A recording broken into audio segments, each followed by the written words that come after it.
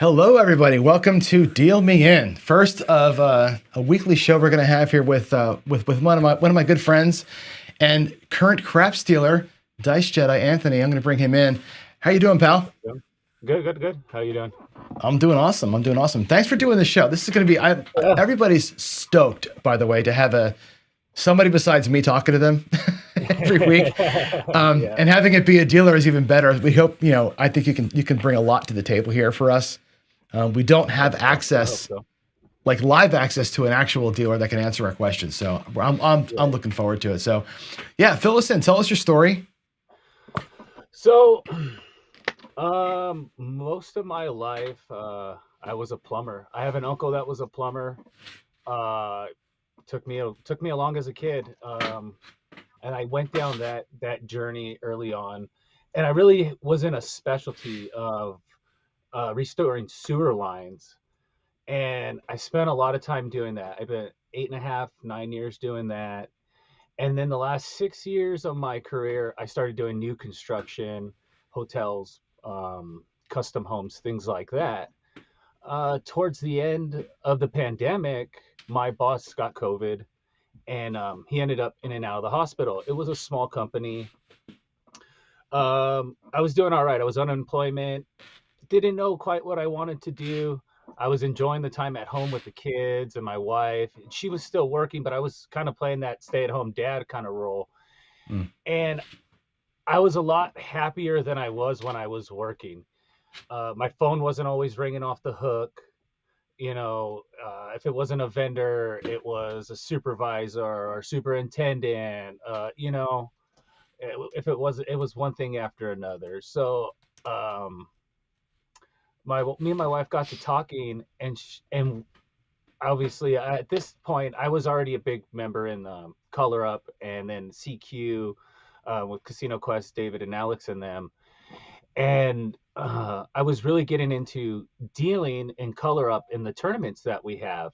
Mhm. And my wife noticed that I really enjoyed it. I was always talking about it. I was sharing it with friends, trying to get people to join, and just spreading the word about the game of craps. And she was like, "Why don't you go be a dealer?" She knew Alex, she knew David. We had done some of the events. We had met them numerous times already at this point. She's like, "Why don't you go down there and train with them and go be a dealer?" And I thought about it and I was like, really? Like, that's a step back. And she's like, "Well, if it'll make you happy, maybe it's something you would like. Why not try it? Have you ever tried something like that?" All I've ever done was, plumbing, plumbing, plumbing. That was all that I had ever thought of. And I'm in my early 30s now, and I was like, you know what? Why not? Why not go try it? I had a friend who went to CEG who deals at the Strat, and he moved from North Carolina out to Vegas, did the whole thing with them. And he's like, "Well, you can stay with me. You help me." I helped him move to from North Carolina to Vegas. We drove across the country. We towed his car, filled up a U-Haul, the whole 9 yards.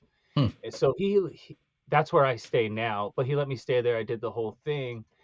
And December 9th of last year, I started my first job dealing dice, in Okay. Vegas. Uh, So you're so about 5 months in now. You're about 5 months in, About 5 months roughly. in. Yeah. Almost, Okay. yeah. June 9th will be 6 months. Hmm. Um, I spent a little more time at CEG than I think. There was people that I started with that had jobs before I did, and I kind of took my time with it. I'm more of a perfectionist, so yeah, I could have gotten through blackjack maybe a week earlier, but I took that extra week just to make sure. Hmm. I wanted that 100% on my test per se. There's not a test, it's an audition. You pass or fail. There's no, grade to it. But I wanted to pass through with flying colors. So, and the same thing I did Baccarat, and it was the same thing, and then the same thing with dice. So you did all Which, the. So you did all the games. I didn't know that. I thought you just did dice. no, I did dice, Baccarat, and blackjack. So I did the three Oh, of okay. those, and that took me, I think, like 4 months to do the three of them. And that was on and off, because I was only going Monday through Wednesday, and then I was coming back home to California. So I split my time. And there was like a 2-week period where I went to Colorado. I wasn't there. I missed a week for something else. There was weeks I had missed. So it wasn't like it was like a whole 4-month period, 12 weeks, it was kind of split up. And the nice thing there, it is all learn at your pace. If you want to go to school today for 2 hours, go to school for 2 hours. If you want to go to school for 8 hours today, go to school for 8 hours today. You don't want to go, don't go. So how does that work? So if you go into school, like let's say you skip a couple days and you go back in, or you go 2 hours today, are you with the same class? Or you just kind of jump in and David's running classes all the time? So with Dice is kind of different. Where David teaches class either at 12 or 1. I'm going to be honest, I haven't been into school in probably a month and a half now. So I was just trying to do other things outside of go to school, go to work, go to school, and then it's just all nothing but casino games all the time like that. So I try to break that cycle and do things, go swimming, go play disc golf, other things. And, during my few hours I'm up before I take a nap before work. So like blackjack's always running. You can just go in, sit at a table, set up fake bets all around, deal a shoe out, and just practice that way in the counting, doing your payouts and whatnot. There'll be other students that come in, they'll play. You'll deal a shoe, switch, rotate, deal a shoe, rotate. But with dice class, David usually teaches it at noon or 1. It just depends. I know he changes it depending on like the students, because he'll see like an influx of students always coming at 1:00. So he's like, all right, well, so now I'm going to do it at 1. Or like when I was going, it was at 12 every day because everybody was showing up at 12. So, and then every day is a different thing, but every Monday, everything starts over. So all his classes start over on Monday. So Monday, Tuesday, Wednesday, Thursday, Friday. And then I don't think he teaches on Friday. So it's Monday, Tuesday, Wednesday, Thursday. And then he'll start over the next week. And it's the same classes those 4 days. Really? There's 4 basic classes and it's just rinse and repeat until you get good at it? Yeah. And then really? Okay. So those will stay. And he kind of knows by like what students are there and where they're at so those classes will change. Like the first day class is the first day class. You won't get that the next week unless there's new students, and then he'll give them that first week class. But besides that, it will be a different class, but it would be like place bets every Monday, or it'll be come bets every Monday or something like that. Procedure, stick. And then like when we do prop bets and like stick, that doesn't come till later on. That won't come till probably 2 or 3 weeks in. And is that also on a Monday, Tuesday, Wednesday cycle, or is that just like a separate set of classes? That'll be a separate set of classes, and he'll do it like say if he started doing props with you, the next week there's going to be a prop class, just because he had already started with you. Yeah. So, interesting. He's pretty good about talking to people. Obviously, he's a good talker. So he talks to the students and he kind of knows where everybody's at. He's really personable. As much YouTube and everything he has going on, his every day is school. Every day, just regular. He's the same. Those same little clip classes, those 8-minute, 11-minute classes they have on the YouTube. Those are classes. That's how they are. They're literally word for word. I've been sitting in class going, wow, I've sat on YouTube and watched this class already. I can close my eyes and like remember just watching it on YouTube because it's the same thing, and he's repeated it over and over and over and over. And the things he says,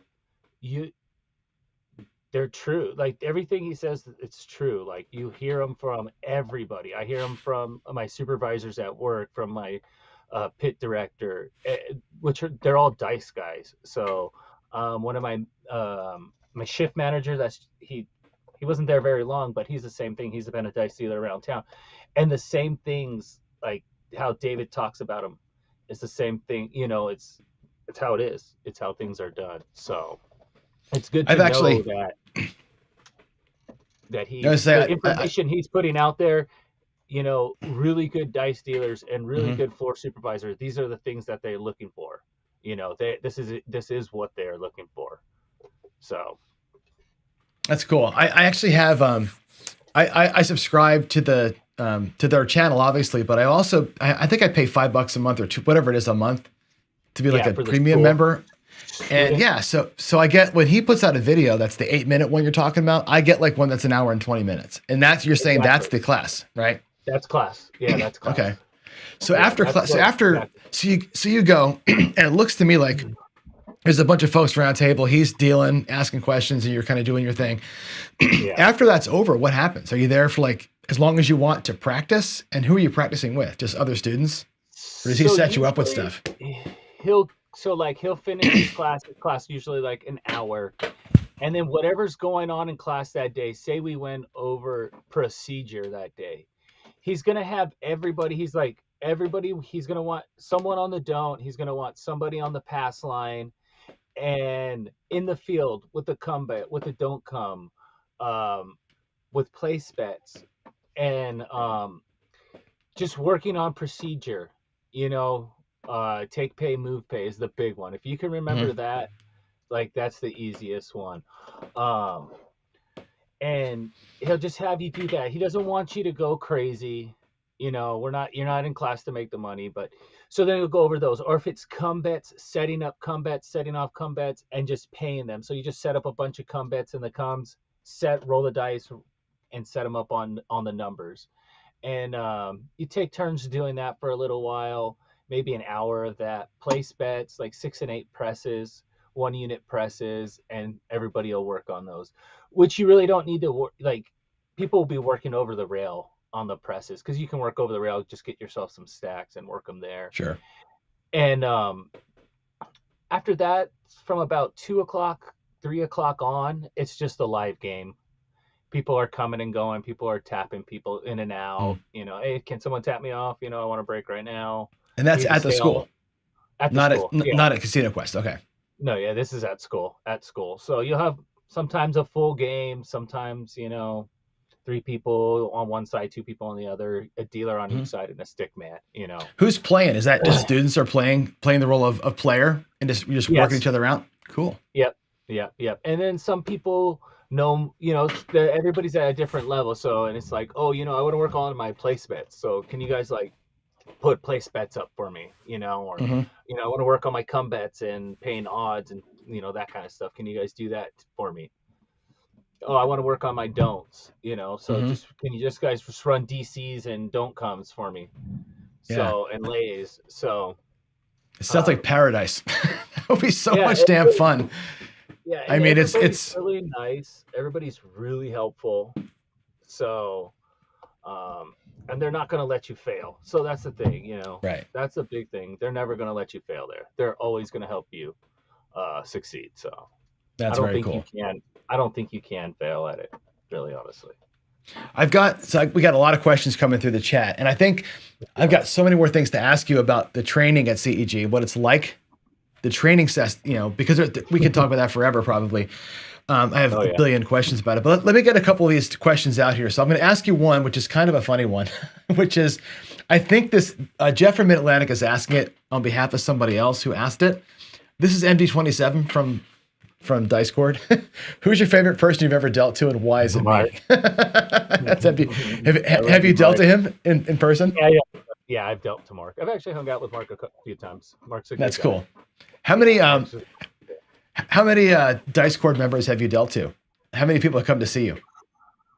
quite a few now. So Jeremy's came. Holy Roller, I know's come. Scratch Mm-hmm. Strangler, Mark, Carl, my co-trip, Mm-hmm. Carl, his girlfriend Angel. I'm trying to think. I don't know if you guys know who Left for Red is. He's a Mm-hmm. member of kind of like this both communities, Yep. CQ and Color Up. Trying to think who else has come in from Color Up that I know of. I know like a lot of my players I know watch Jeremy's channel or the YouTube channels. Um, I was at Ellis Island the other day and I sent you the picture of Howard Newman was there. Mm-hmm. So him and there was a That's guy pretty with cool. him too. Yeah, but yeah, no, my players I know they know the YouTube. As far as Jeremy, obviously his is popular. Yeah. I catch the CQ shirts come through every once in a while from Casino Quest, but I think from that I know, no, that's about it that I know of that I can remember at least right now off the top of my head.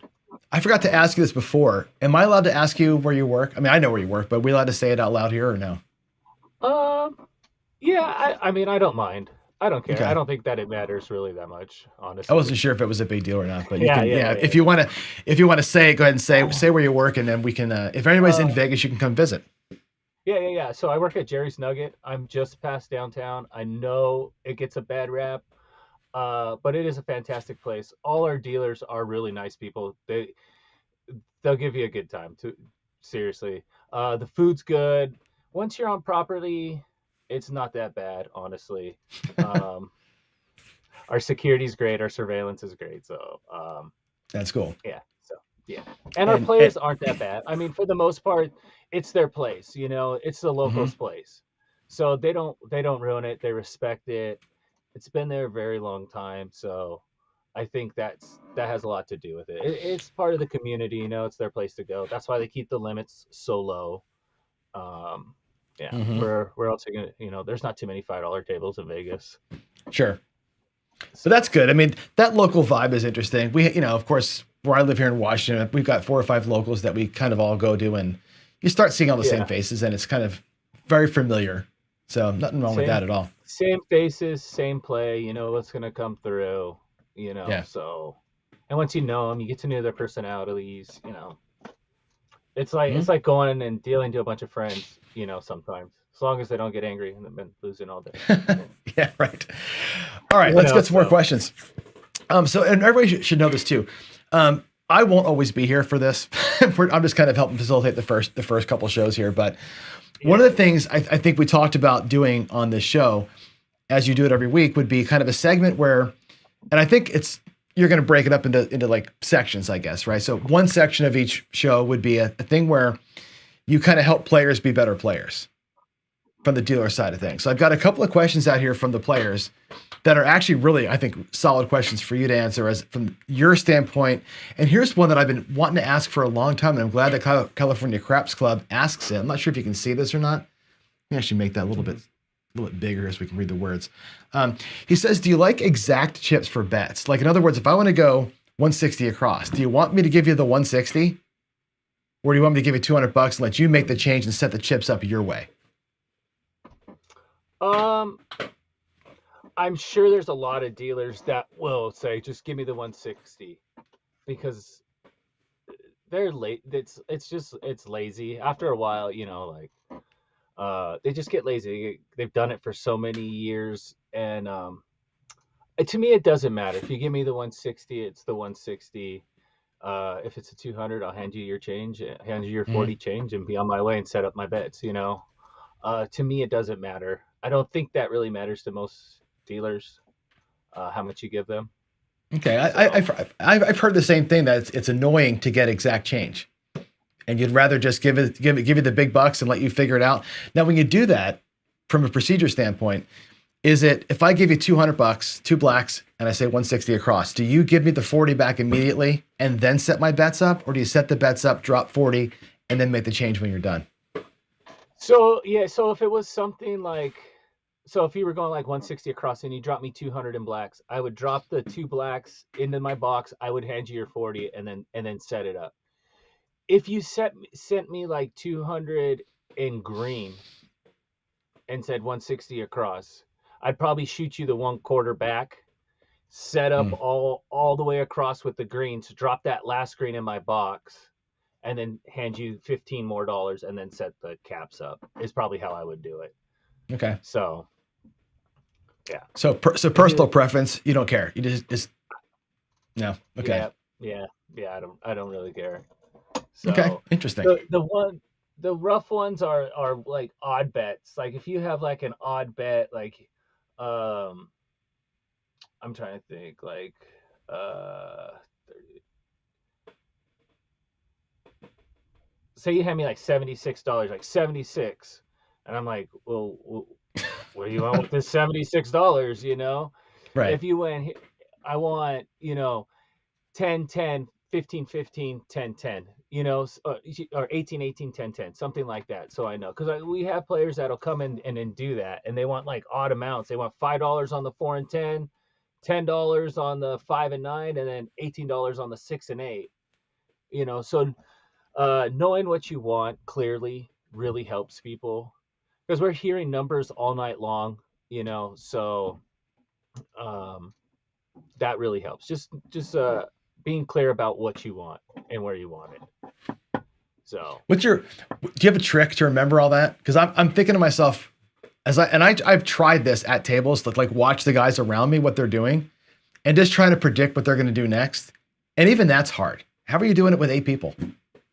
you can't. So that's one thing they'll hammer you, is you have to listen. You have to listen. You have to listen to your box, and you have to listen to your players. You can't think for your players. That's where people get in trouble. I've seen it with some of the other dealers, and some. We had this one guy. He's not with us anymore, and he thought he knew what everybody wanted to do or how everybody wanted to play, and it would take him so much longer to get bets set up, to figure out what's going on, because he wouldn't listen. And it's just that it's just listen. He wants 5 on the 6 and 5 on the 9. What? Wait. You can't. Wait, 5 on the 6 and 5, and he's not listening. Because he wants to put the 5 on the 5, because it's a $5 bet. It's not a $6 bet. And the guy. So it's just things like that, or pressing things for people. Oh, press it for me, and he presses it 1 unit, and it's like, I wanted it pressed. So it's like, or like, so like $12, 6 and 8, and he would do this a lot. I saw him do it a lot. Is where $12, 6 and 8, and they'd be like, press it. And they wanted to go to 24 double, and he'd press it 1 unit. And it's you just need to listen. He told you what you want, or you're having a hard time on a payout, and the box is sitting there telling you what the payout is, and he would still be breaking it down and trying to figure what it is, and it's like, listen, box is telling you exactly what the answer is. All you got to do is put $60 there, and you're there. So it's just listening. Listening is one big thing. Listen to your players. Don't try to predict. Just react. Just react to whatever they're telling you to do. That's interesting, because I feel like dealers do that for me all the time. I feel like the dealers know what I want. Like when a number rolls, my local dealers are like, drop me 2, because they know exactly what I'm going to do. And I'm like, how are they doing that for all the people? But you're saying you really don't do that. They just get used to it, kind of. Yeah, and then I know some of my players. I know exactly what they're going to do next, so I won't even have to ask them. Like, I have one lady who plays the hard ways, and I know every time she's going to drop me $1 for 10. So when it hits, so I'll grab just 10, and I just send her 10, and there's $1. It's sitting there, and I know it's there every time. I don't have to come out with 9. Oh, she dropped me the $1. Let me get I just know it's going to come in. I know one of my players, he starts, 22 inside, and he's gonna get them all to that $25 or $30 level, that 110 inside, and then he's gonna take that hit. So I know automatically when I pay him, I'm gonna press it. I'm automatically gonna press it. So I know what he's gonna go to. So if you know that, here's a dumb question maybe. If you know he's gonna, if like, let's say it's me, right? And every time I'm press, and you know what's gonna happen, are you allowed to make that press for me? Or do you have to wait for me to confirm it? So I don't know about your local, but we're taught to talk our game. So I would probably be like, all right, John, 12's going to 24. Here's your change. And then I would move on. Just so I know I said it. My box heard me say it. There was a verbal there. And then you didn't say nothing. Okay, we're good. Hey, just go, yep. Because they almost do it as a question. They almost say to me, 30, and I'll just nod, and they'll just do it for me because they know what's coming. That's okay. Okay. Yeah, exactly. Yep. Cool. I'll do that too. We going to 30? We pressing it? What are we doing here? Before I'm even getting to them, while I'm finishing someone else up or whatever it may be. So you just know it. Okay. Interesting. All right. On that too. Go ahead. getting ahead of your dealer too. I get that a lot of people will Hmm. start throwing me bets before it's their turn, or telling me to press. That's one thing that, and it really like if I have this guy, I'm paying this guy in front of me, and this guy over here, he's just press, press, press, press, press, press. But I haven't paid 1, 2, 3, 4 yet, and he's number Right. 6, and he's just press me, press me, press me. That gets annoying. So always know that like when they're doing place bets, it's gonna pay from stick to base. So the guy on my right or the guy next to me is always going to be last, or this person's always going to be last. The person straight in front of me right next to stick, they're going to Hmm. be first, and I'm going to work my way around. I'm going to take care of each person first. So I'm going to take care of you until you're done, and then I'm going to move on to the next one. What do you want to do? Are we done with your bet? Okay, well now we're going to move to this person. So um, just That's actually waiting. that's a perfect segue. I got a question here from somebody. I think this is from Joe at Craftsmaster Journey. He asked this earlier. He says, "Here's a question: Table's full. There's pass line bets, don't pass bets, field bets, one come bet, place bets, and a DC in the 4. What order do things happen in? Let's say we roll an 8 or something. Like what happens if you roll a box number? So if we roll a box number, I'm going to pull that back up. So Yeah, because I I kind of can't have to make visualize. yeah, I can't make them stick, unfortunately, but No, you're good. You're good. I think I yeah, had it was in the chat too. yeah. So let me pull that up real quick. 'Cause I just want to get all the parts correct to it. Yep. It sounds like everything. Pass, don't pass, field, come, place bets, and a DC. And, um, just make it real easy. So say we're on the 5, right? So Mhm. it's going to be an 8, easy 8, no field 8. If there's a field, Mhm. don'ts and comes travel to the 8. So you take your DC. DC would travel first, and then the come bets would travel up. If there's any come bets out there, you would take the field first, um, move move the DC. You always want to move that DC, and then come pay the come bets, and then move the come bets. Take the field first. So it's losers. Mhm. Losers go away first, right? So you take your field. Losers, yep. And then so you would want to move the DC bet first because you don't Hmm. want to leave that DC bet out there. Say I leave that DC bet out there and now I'm paying all these come bets and that DC player goes, bloop, another 5 on it. And I didn't catch that extra 5 or that extra Hmm. 25. So you always want to move that DC bet first. After you take the losers, move that DC bet. So Okay, and then move the come bet, and then and move the then you. come bets or pay the come bets and then move them up depending on what's going on there. Okay, so if there So was already a come bet on the 8, you bring those I down and would pay them, or you're off and on them. off and on them, yeah, Yeah. first, yeah, Okay. and then or say you had 10 out there, but you only had 5 coming. I would come out, pay you, and then move your new come bet Hmm. on. That's interesting. So the off and on thing, I have to ask. I have to kind of wind you back a little bit here because when I asked you about like, do you make my bets for me? No, unless we're kind of here.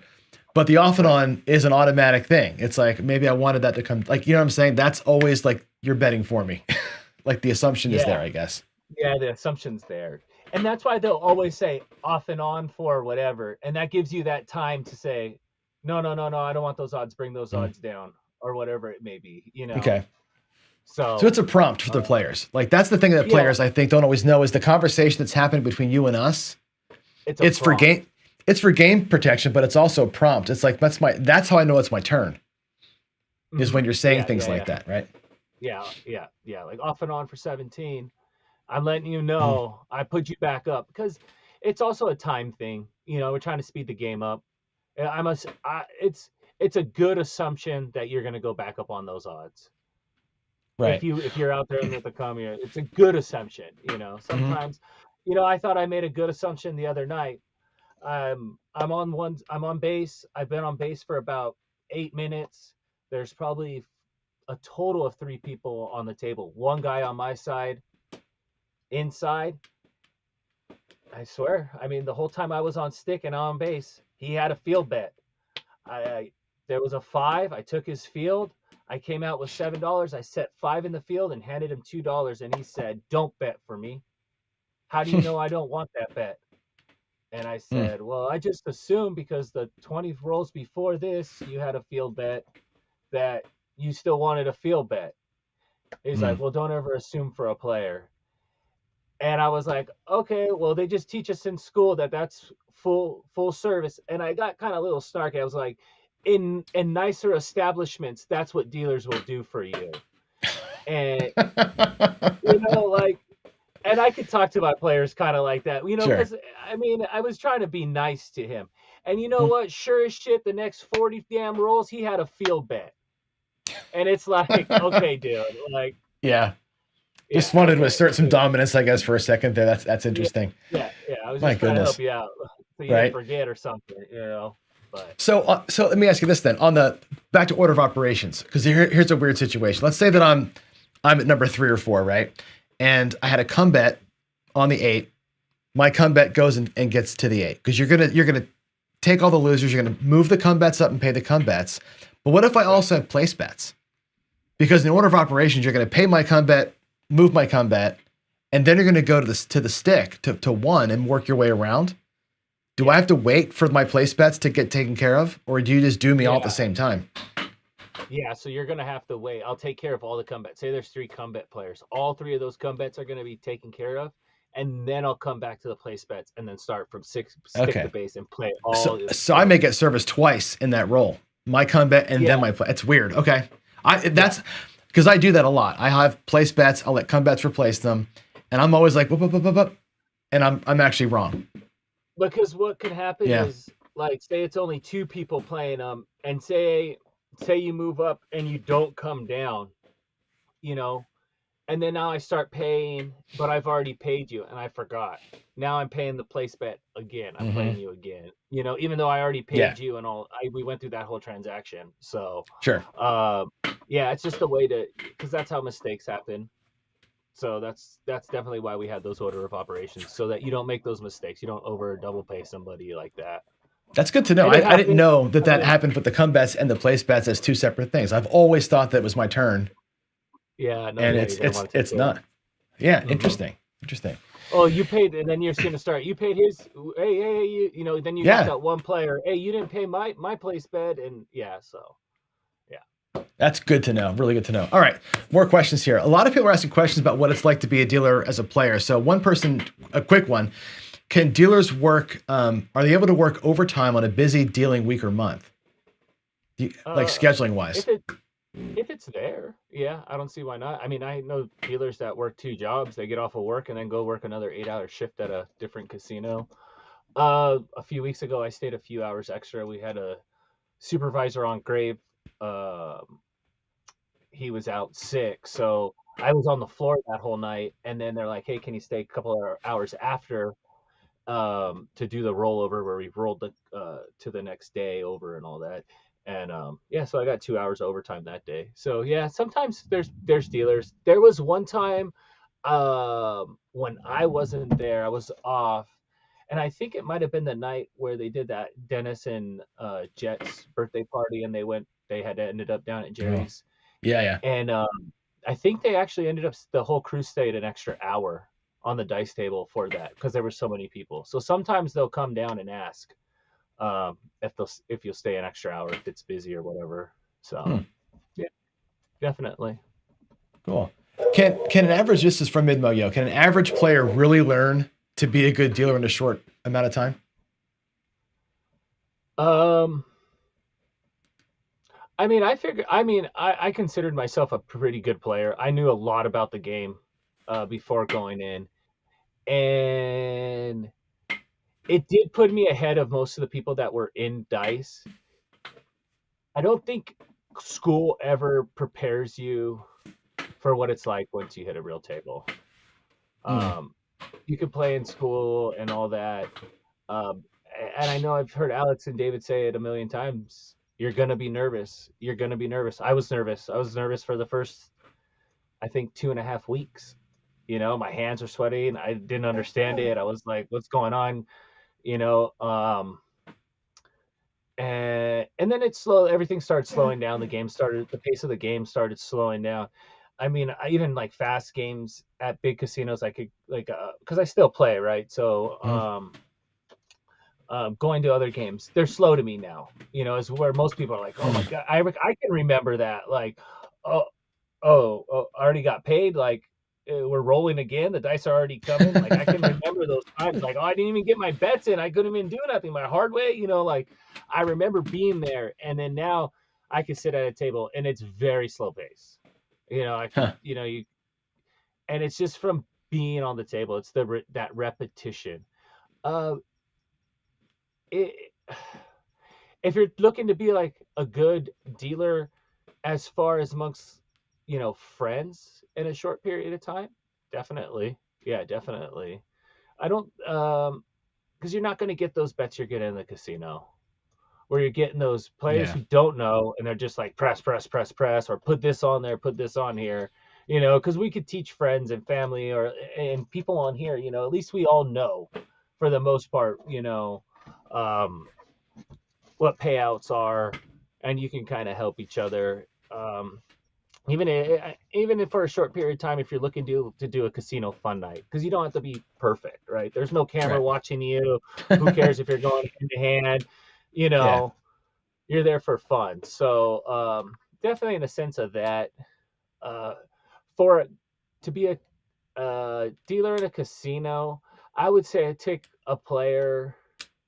a good player that understands the game of craps, probably 2 months, 2 3 months. That's not terrible. The hard You So know. the hardest part is these is having if you is having that mobile Hmm. dexterity, picking the checks, Yeah. without even looking. You have to be able to reach down, grab exactly what you want, and come out, no matter what it is. So doing that, setting up, drop cutting. Hmm. Um, my hands. So that's the thing. Like, my hands are just starting to come around, and it's been a year since I started all of this, going to school and all that. So, Wow. and like I said, I was a plumber. I was going to do a lot of construction. My hands have taken a beating. I mean, in my early years, it was digging trenches with jackhammers, Mm. breaking concrete, stuff like that. So my hands really took a beating. But yeah, they're starting to come around, starting to get a little bit more deck style. I'm starting to use my left hand, trying to make myself use my left hand more, so that I Hmm. could do, so I'm using both hands to do things. Just like little things, cutting food in the kitchen with my left hand instead of my right. You Oh know? no shit. Okay, that's interesting. Yeah, yeah, Yeah. Do, yeah, do, yeah. do Just the little. casinos care? Do they care about the speed? That's what Brian's asking. Like, does your dexterity matter when you're like interviewing and it's part of the audition process? Is that a big deal, or do they figure it's coming? Um, it just depends on where you're at, but they know that it's coming, and you can see, that if somebody has hands, where they're at, by just looking at their hands. Just the first few Hmm. moves in their hands, you can tell. Oh, you've been dealing a while. You're new, Yeah, so you can definitely tell. I don't think they worry about that. I think accuracy is more what they're looking. Accuracy that makes sense. and um, order of operation is really important. I can't hammer that enough. Order of operation is important for game protection and That makes everything, sense. and the way the game runs. Yeah, Yeah, I've been paying more attention when I watch. Like, I watch a lot of Sin City Living's channel. I watch them deal, and it's yeah, interesting. I know when I watch myself deal, A, I suck at it, but B, my hands are always in the way. I know when I'm looking at my videos, I'm like, God, I can't see the chips at all. Like, they have a way of like, I don't know how you do it, but we can always see what's happening. Even if it's for a flash, you can still see it. That yeah. piece of it and that accuracy is interesting. So, was it weird or hard going into a locals casino? I've been to ask this before because you're going to break in somewhere, right? And going to a Hmm. locals casino where everybody does know each other, it's like Cheers. Right, You know what I mean? It's like, is that right. more nerve wracking or less? Because it's like they're all like more judgy than I think a tourist might be. Yeah, and so at first I thought it was really nerve wracking. Like, this is a local. These are going to be the hardest of the hard of people, in Vegas. These are the everydayers. And At first it was really hard getting used to the personalities and just how they are, and these people are in there every day. You're seeing them every day. Um and that got some used to. Um Now that I'm this far along, um and if it wasn't for getting that dual rate, that part-time supervisor position, I would have probably left already, a while ago, honestly. Mhm. Probably a couple months ago, I would have probably moved on. But I got that. I've stuck with that, and I actually, believe it or not, I like it. I like working there. I know the tips aren't the greatest. I know it's not the greatest place to be dealing, but I like the people. I like the people I work with. And I like the environment. Me and my wife were down at the MGM Grand a few weeks ago, staying there, and I was playing, and I kind of stepped back a little bit, and I was like, no, I Hmm. couldn't see myself coming in here every day and dealing here every day or on a weekend. I mean, it was so packed, and just the way it was, I was like, and it's different people. I don't know these people. At least the people that I come up to the table every day, I know them, I Hmm. know them. And then when we get people that we don't know, well, it's like it's a guest in your house kind of is the feeling I get. Yeah. So we try to greet the people we don't know there, try to give them a good time at Jerry's. So that's what I like about it, and I'm starting to really enjoy. And then at some point I got to come back to California, but we don't have places like Jerry's Nugget here. Everything's a big casino here. So Right. I see what's going on. So That's we'll see interesting. where it goes. Because What? the way I picture it is like dice at a small place like Jerry's or like with the locals place. It's different because you're kind of here with everybody. But at a bigger place or a touristy place, I would think like a game like blackjack is where to actually like talk to people and like get to know the tourists. And you Right, don't have that time right. in a craps game. Craps game is just it's energy, but it's not bullshitting time. And maybe it's Yeah, yeah. different. Do you feel And like there is sometimes where like I know when not to talk. I'm just gonna sit there and deal to mm, them because they've been there all day and they haven't yeah, won. And they and I hate to say stuff about coworkers, but I know our players don't like our day crew. I know they have a hard time with them. So when we come in, they're already in a bad mood because of that, and then they're in a bad mood because they've been losing. mm, So for the first 30, 40 minutes, you kind of stay quiet, kind of try to make them laugh, a little bit, and then they start warming up. So then yeah, and you know when how it hmm, goes. And it's weird though to yeah, see some people go from that high low, and I have players that come in, hey, and by the end of it, they're over the rail, pissed off, and it's like, where did the guy that came in an hour ago go? You know? right. Well, I think when you're coming So every day, you're gonna have that. I mean, that's interesting. You have people that are yeah, in there on the regular like that. That's a whole different dynamic. yeah, There's yeah. pros and there's the degenerates, and you gotta I And guess it's not tailor your service to that, right? right. I mean, I have so like my roommate that I live with or that I stay with in Vegas, he deals at the Strat, and I mean, he has got people that come in there and they're dropping 20 grand a day. And I'm like, do they get pissed? Are they like mad? He's like, no, they come in, they do their thing, and then they'll leave when they're done. And I know, like my players are coming in and they're dropping 3 to 500 a night, you know, and I think that 3 to 500 is a lot more than that. You know what I mean? That three Hmm. to five is hurting them more than that 20 grand is hurting some of those other players. So That's true. and sometimes it's tough to see. Sometimes I mean, when you see these people every day, you could tell them, hey, bro, it's time to leave. Like, get the fuck out of here. Why are you even still, I'll tell them it's like that. Why are you even still here? Like, go, bro. You know it's bad. Go get some food and get out. Like, come back tomorrow. Not Yeah. because I don't want you here, but I'm just trying to help you out. Like, go. And Hmm. that's I like that we have that kind of relationship with our players. That's pretty cool, actually. So It's interesting, when people look about comps and like you're whatever, go get some dinner. feed a guy who's having a rough patch. Get out of here for 15 minutes. Go get a hot dog. Yeah, exactly. Come on Right? back and play. That's Yeah. cool. So, yeah. All right, I got a question for you. This is I know directed directly at me because I have a strategy I'm mucking around with right now where I place 6 and the 8. I come through a DC. If it goes to the 6 or 8, I say no action. I pull that thing off because I want the 6, 8, and the 7. So Camp Pro asks, how often do you hear somebody say no action on a DC bet? Is it actually a thing that people do? Yeah. Oh, quite often, especially on the 6 and 8. 6 and 8, you get a lot of no action. I actually I'll ask on the 6 and 8. Do you want action? So. I've been asked that before without playing that strategy. People just say, "Do you want action?" Like, well, yeah, I want action. Yeah, I'm no, still. I get that. Sometimes people look at me like, "Oh, yeah, duh. That's why I put the money down." Okay, just Right. you can have no action, right?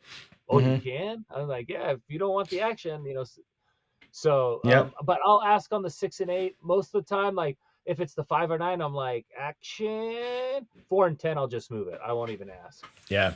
Well, people, I think the thing is, people don't realize this, and I don't know if it. Correct me if I'm wrong here. It's in the casino's best interest for you to say no action. Like the 7's better than the 6 or the 8 every time, and by you saying no action, like it's helping the house. Yeah. It totally is. Yeah. And the same with the come bets and odds, right? You want the odds on that, that you're asking.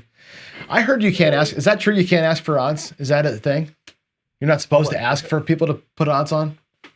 Come bets? No, I'll ask all the time. You want come bet? Yeah, I'll ask all the time. You want odds on this come bet? Okay, so I heard somewhere that you're not supposed to ask that. That was kind of like you're pulling money out of the rack or something like that, and it was a thing. So. No. Yeah, you want odds? $10 max. Yeah. What do you want to put on it? 5, 10. So I'll even give them options. Like a 5 or 9. I'll give them like, you want 6, you want 8, you want 9. How much you want on it? So yeah, I always ask them. Okay, that's good. That's good. I didn't know that. Let's see. I have some other specifics. Lay is like if they have a don't that travels. Do you want to lay something on this? I won't ask them that. I just interesting. So you'll ask them to odds on their come bets, but not odds on a DC. Yeah. Yeah. Interesting. Do you know? Off topic question, I guess. But when I played in Reno, and I played the don't pass. In Reno, the don't pass moves behind the numbers. Where their tables are set up. Like the players don't control that bet. Any place in Vegas doing that? Yeah.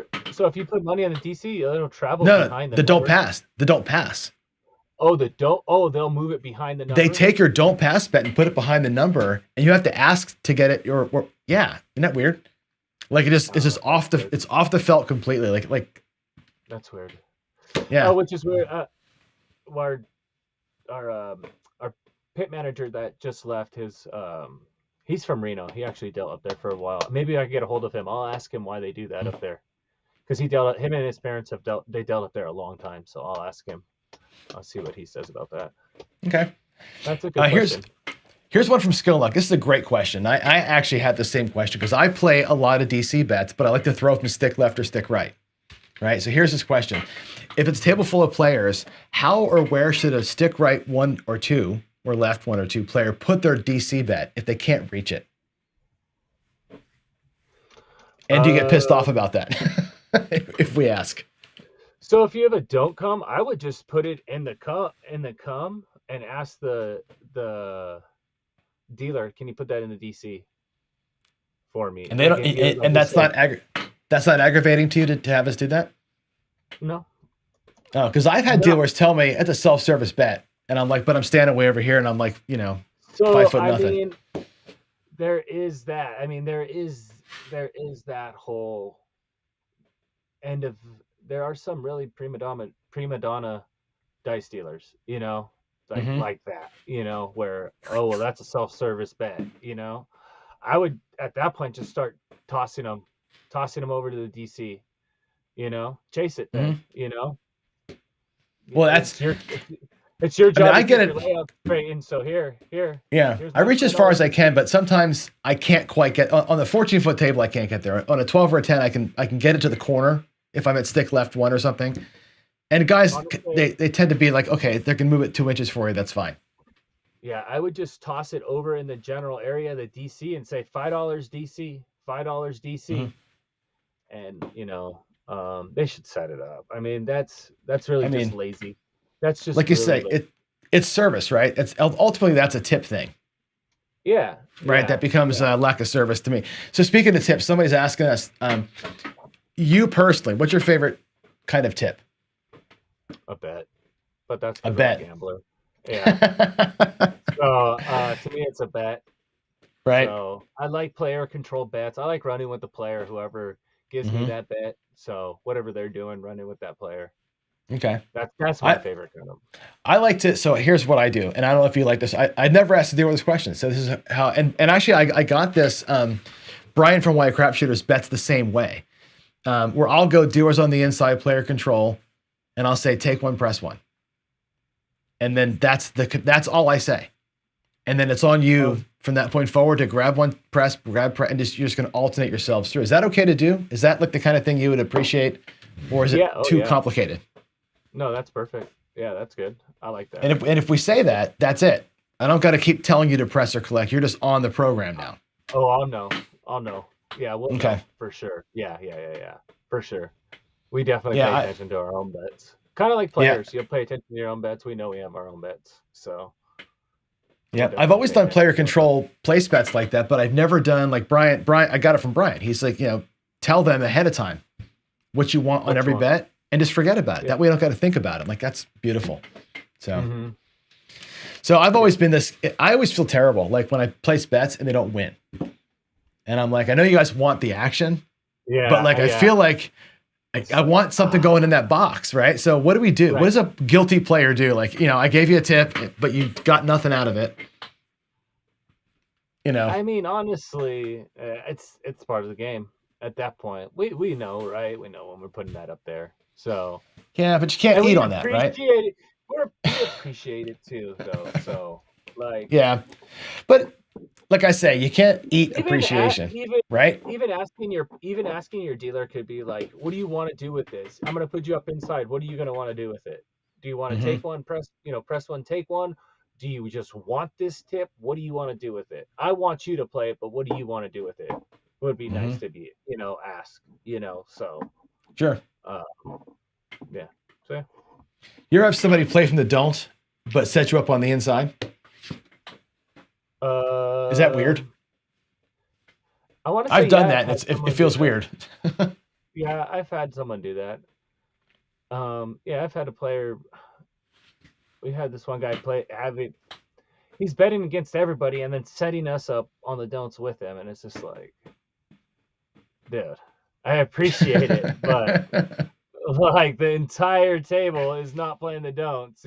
So, Right. yeah. So, I saw a question by, I think that's Craps Journey Life. Is that what that is? Journey Life. Yeah. Why are you taught to announce shooting from the don't? We aren't. That's just something dealers do on their own. Mm. Just yeah, that's kind of like shame, shame, shame kind of thing. That drives me. That right there. When I hear that, I pull my tips. Yeah, I've why are done you that shooting from? before. Yeah, I shoot won't for the say. note. I'm like, dealer bets down. I've pulled dealer bets from somebody saying that to me because that pisses me off. And I don't normally do that. Like get Yeah, with a dealer like this, but I've pulled bets down for that yeah, no, because I that is mean, shame. we're not told to do that. That's just something people do on their own. Mm. That's good to know I don't know. that it's not an Yeah, I don't know institutional thing. why. Yeah, I don't know why they do that. I've never been told to do that. I think we even had that conversation one day at work, and because one of our dealers asked that, he's like, "Why do we have to say they're shooting from the don't?" And our box is like, "You don't have You to say don't. that. That's the don't. You don't say shooting from the pass line every time. So what does it Right. matter? So I mean, anything antagonistic is just going to cost you money. I yeah, did enough service work in my life to know that. So Waylon's got a funny question. He says same sort of thing, right? Do they teach a stick man to hold up the game and wave a stick in front of a shooter when the table is hot? Or is that just an asshole? Some people are just assholes, I think. yeah. I think that's just people. Yeah, that's just an ass move. Hold up Yeah. the game. Yeah. Some only other casinos thing just is if operate that way, you know? the only time we will wave the stick in front of somebody is if like I'm telling the next person coming in who's shooting, or I'm trying to get the base dealer to pay you something. Other than that, yeah, but yeah, the stick needs to be up and down quick. And I know, you know what I get a lot of complaints about from my players too. I know it is where the stick man stands. So I always try to Hmm. like take a little step back. And the same thing when I'm on base. If someone's shooting like down center, I'll try to step back. But that's because you're a Um, player. But you're a player, and I know you shoot well too. So yeah, the yeah, guy yeah. the guy at stick left, stick right probably chose that spot so they could shoot. If you're leaning into their way or get your stick in the way, that's kind of a And you dick know move too. what's really weird is the so I work with an older gentleman. He's in his late 70s and he's been dealing in Vegas since oof, I think he said he broke in Vegas in the 50s, I want to say, or the 60s, and he's been around a really long time. And he had never heard, he thought it was crazy when we told him not to send the dice out on a 7. He looked at us and he was like, "What the fuck are you guys talking about?" He's like, "I've never heard the thing in my life like that." Hmm. He's like, "That's not a thing." He's like, "You guys are yanking my chain right now." We're like, "No, don't send it out Hmm. on a 7 or a craps number." And he's like, "That's not a thing. That's not a thing." And we're like, "It's a Hmm. thing." And he's like, "That's not a thing." And he's like, "I've been dealing dice over 50 years." He's like, "That's not a thing." Like, okay, dude, like it's a thing now. He's like, "I don't know where all these dice players get all these superstitions from." So, Yeah. um, I know a lot of dice dealers aren't superstitious. They could care less about your superstition, about your Right. about. I saw Brian ask a question earlier about us cleaning up our Hmm. um, box area. Our box area Yeah. has to be cleaned, so it doesn't matter if you're shooting or not. Um, that's more on the stick man. Stick man should be watching to make sure both sides are clear and make sure he's not running his dealers over. Mm. But if we have a mess, we're gonna be cleaning it up. It's kind of it sucks. I know there's like their dealers should have an etiquette there, but there's also that whole like I'm gonna get written up if I don't. So you know what I Mm. mean? So like yeah, I know you don't want my hands there, me not cleaning up my mess because it's distracting, but then also I could get in trouble for that. So That's good to know. yeah, yeah. Waylon And asked also, what's the most money you've seen somebody win? I have to ask. This is going to be the obvious question, but hmm, not very you, much. you're at a small. Your casino maxes are We're small at a though, right? You're. yeah, $300 table, so I haven't really seen. Um, I mean, if you count me standing on the dice table watching the lady on the Dragon Link machine right behind the dice table hit $60,000 in bonuses. That's Yeah, I saw her hit the grand bonus for 20 grand, followed by a $15,000, then another 10, and like jeez. yeah, she was hitting all night, but she was shoveling hundreds at a time, $50 a spin. So I mean, she was chasing it pretty good. That, Damn. but from dice, I think the most I've seen colored up was 7,200, and I think that was With a on three like hundred dollar max, that's working. that was with a $700 bankroll. Whew. Um, Yeah. and it was literally a $75 three-way crap, and he was just chasing a $75 three-way crap. Yeah, Seriously. and then $25 on all the hard ways, and that was it. That was he chasing it. No kidding. Just Yeah, playing the guts all night he long. That's he very hit interesting. he hit three aces in a row, and then after the aces, he hit three ace deuces or something in a row like that. I was off the Oh my god. table when the actual roll happened, and then I came back on table and they were coloring them up. So That's insane. I did watch a guy the last 4 days. Um, Sunday he came in, bought him for $500, played the don'ts, colored up 3,200. Came Hmm. back Monday, Tuesday, Wednesday, and I think when I left last night when I left work, I think he was around 12,000. He's in 12 grand the last 3 days, chasing the don'ts, Jeez. Yeah. Yeah. Wow.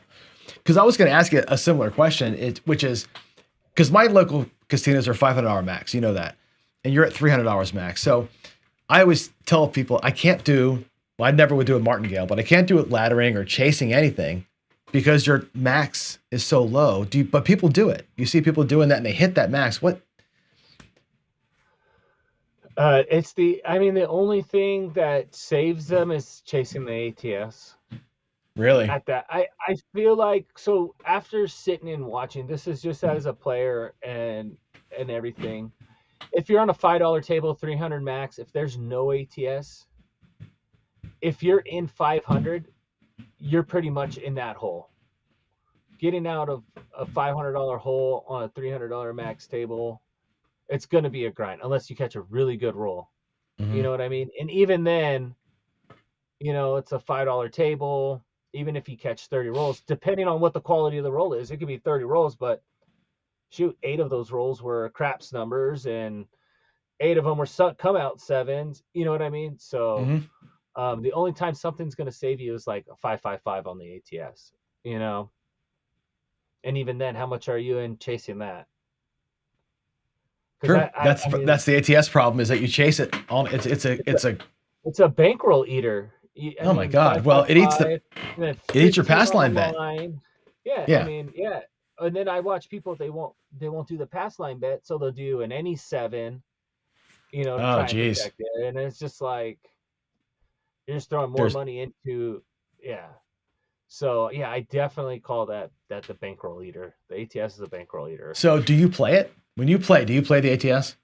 I don't play it because I know, especially if I'm shooting, I know I'm not going to hit it because I'm only going to roll certain numbers, right? I only feel like I'm going to roll those inside numbers, or box numbers at least, So I don't feel like when I do shoot, I'm not shooting for all those numbers, I feel like there's a lot of vulnerability there when you're trying to shoot for every single number on the dice, And I hear my players talk about it like they know what they're doing, And it's like, if you're hitting a different number every time of the dice, that means you're not consistent like you think you are. If you were consistent, then you would be hitting the same numbers over and over again. Right. Hitting a different number each time isn't consistent, guys, so but it's hilarious to hear people talk about how they can shoot the dice, All right, so we gotta get running. We're about an hour in, believe it or not. I want to ask you one last question. There's a bunch of stuff in the chat I didn't get to. One of them is a big one. I'll put it up here, but we're gonna get to it the next show, which is from Dan, and he's asking a lot of questions about procedure, which is good. He's asking specifically the way the dealer stacks the chips determines the payouts. How is that done? There's other procedural questions in here. One thing I want to tell everybody is this show moving forward, we got a couple of things we didn't even get to tonight, which is sort of this. We're going to take a look at like a This Week in Gambling segment where I think Anthony wants to tell us about like the bad beat of the week, like who got their ass kicked for some stupid reason, which will be probably something I did. The weekly All-Star, right? Like the best movie you saw, and the weekly WTF, like what was this guy thinking? Like you're talking about earlier. I think that's going to be fun. Also, we got a table set up where this is currently my table, right? Y'all recognize the John table back here, but Anthony's got his own home table, of course, too.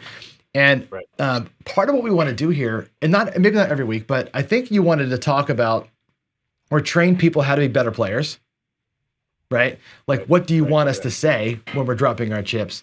What can we expect to see from you as payment? Where's it coming from? And then selfishly, you can teach me some of the dealer moves because I have a lot of bad habits. Like I've been dealing for myself at home for, a long time, and I know I don't do it right. So I think some of the questions that Dan and others have about how do you do X, Y, or Z, or what's the right press move? I think Clay asked a question about press moves that I want, hopefully you'll cover. And in a view like this, where you're, either working it yourself with your hands or showing me how to do it or whatever. And I think we'll start getting ourselves leveled up. So this show, I think, won't always be Just this. our faces, right? Yeah, I'd like to get to the table and have you break it up a little bit. But the first time we had to get to know each other a little bit and all of that. Yeah, I think that's the really an important conversation thing. out there. Yeah, yeah. Totally. Yeah. This was Yeah, fun. so I'll definitely plan for some maybe place bets. Maybe next week we could do that. Place bets Yeah. are always fun, especially 6 and 8. And we can go over where we put people, why we put people where we put them, so we understand Hmm. where everybody's at. That's a big thing. 'Cause people Yeah. are, where's my money? Where's my money? And no, where you're at. And a lot of times it's not where you're at, it's where your chips are at, is where I'm going to put you. Because I deal the money to the money, not to the player. Mm. So wherever your money's at is where I'm going to put you. So um, sometimes people move to shoot and they leave their money, so Hmm. um, so yeah, knowing where you're at, with your bets, too, is good too. So because I've done it myself, press somebody else's bet and not press the players, the Mm. one that I was supposed to press, you know. So it happens.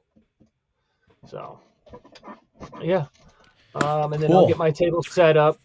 Yeah, we'll work Uh, on some camera views and getting the stream a little yeah, I bit better. tighter. But yeah, good first episode. better- That was a lot of fun. A lot of fun. Yeah, for sure, for sure. One last question. Somebody asked this question. Do you still like to play? Like, do you find that you love craps more? Or Yeah.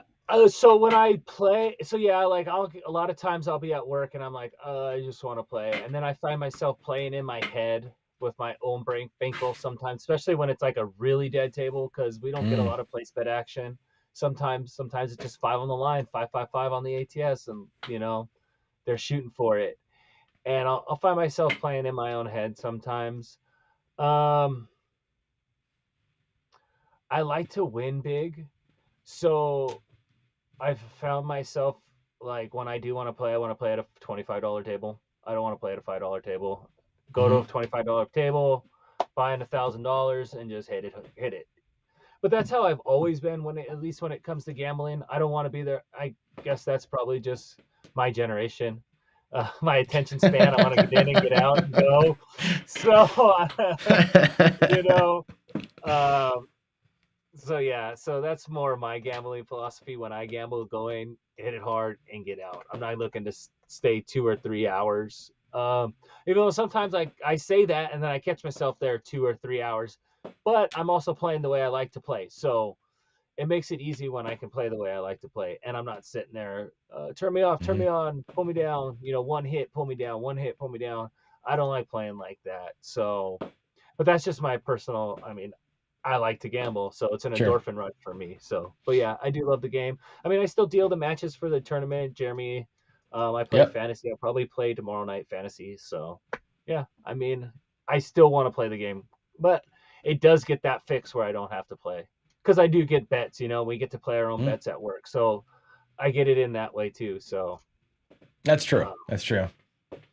Yeah, so I was that's wondering that if you do have a running bankroll, like as they're playing, like if I was here, I would have done and X and yeah. my realization too with the game is you're just gonna have to catch that. You're just gonna have to be lucky to catch that roll for your strategy when you're on the table. It's kind of like where I've come to realize it, because I mean I've seen people play the most ridiculous strategies and walk away with money, and it's like, wow, just because they caught the right roll, Hmm. like, oh, you're not gonna hot the 12 every time and make money, and then next thing you know they're coloring up for $1,800, and you're like, what the fuck? The math doesn't say that. I've watched this game so much. That's not right. You know.